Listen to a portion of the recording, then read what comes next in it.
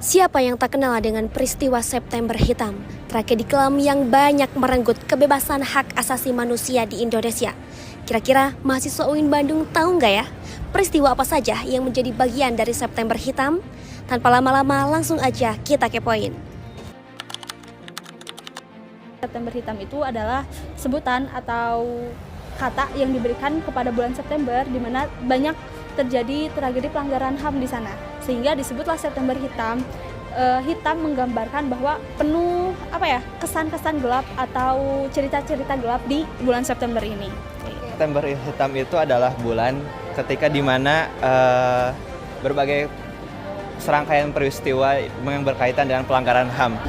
September Hitam itu bagi aku bulan yang dipenuhi dengan peristiwa-peristiwa tragis.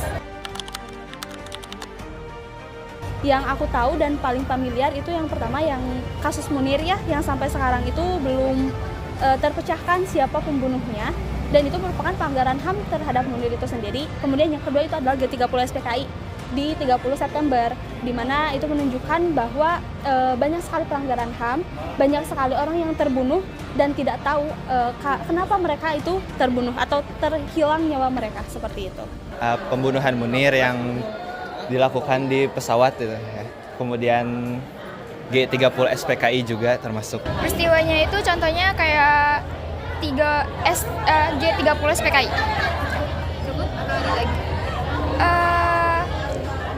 Atau kayak peristiwa Tanjung Priok. HAM itu kan hak asasi manusia ya. Jadi itu sangat berperan penting di mana harus adanya pemenuhan hak asasi bagi manusia itu sendiri.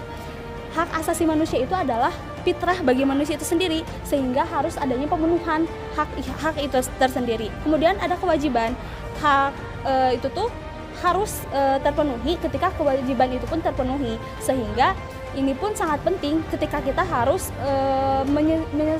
menyejajarkannya atau menyelaraskan antara hak dan kewajiban itu sendiri agar masyarakatnya itu bisa sejahtera ke depannya, seperti itu. Bagi kehidupan masyarakat khususnya para kaum proletar itu sangat penting karena hak-hak sebagai hidup manusia terdapat di sana. Dan juga untuk para elit negara itu untuk lebih memperhatikan hak-hak hidup manusia ketimbang mencari profit pribadi. Bagi aku sangat penting ya, karena hak asasi manusia itu bagi aku patut dan penting untuk diperjuangkan.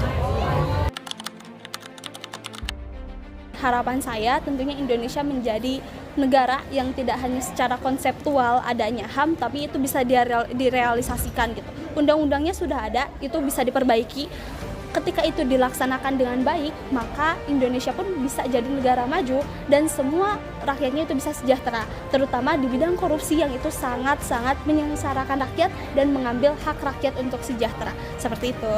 Untuk kedepannya mungkin Indonesia itu lebih ekspresi itu lebih dibebaskan ya. Kalau sekarang kayak kemarin juga Ferry Irwandi mungkin digugat oleh TNI. Nah, perlu kedepannya supaya tidak seperti Nepal. Nepal itu di mana media sosial itu dibatasi kan ya. Nah, Indonesia itu sebagai negara demokrasi harus lebih membuka terkait dengan kebebasan berekspresi dan kebebasan media pers. Pesan aku dan harapan aku, hukum di Indonesia itu semoga di kedepannya lebih ditegakkan dan lebih memberikan keadilan untuk Indonesia gitu. 80 tahun sudah Indonesia berdiri di bawah naungan demokrasi. Perjalanan bangsa yang banyak melalui tragedi mengukir sejarah peradaban manusia tanpa henti. Tragedi G30 SPKI, pembunuhan Munir, peristiwa Tanjung Priok, tragedi Semanggi II, hingga aksi reformasi diskorupsi, mengingatkan kita untuk terus berjuang menegakkan keadilan bagi manusia. Nah, itu dia JP Viewers, berbagai pengetahuan mahasiswa tentang peristiwa pelanggaran HAM pada September Hitam yang terjadi di Indonesia. Mari kita perjuangkan HAM untuk terus hidup sebagai bangsa yang memanusiakan manusia. Saya Nur Alfilaili, sampai jumpa di konten-konten selanjutnya.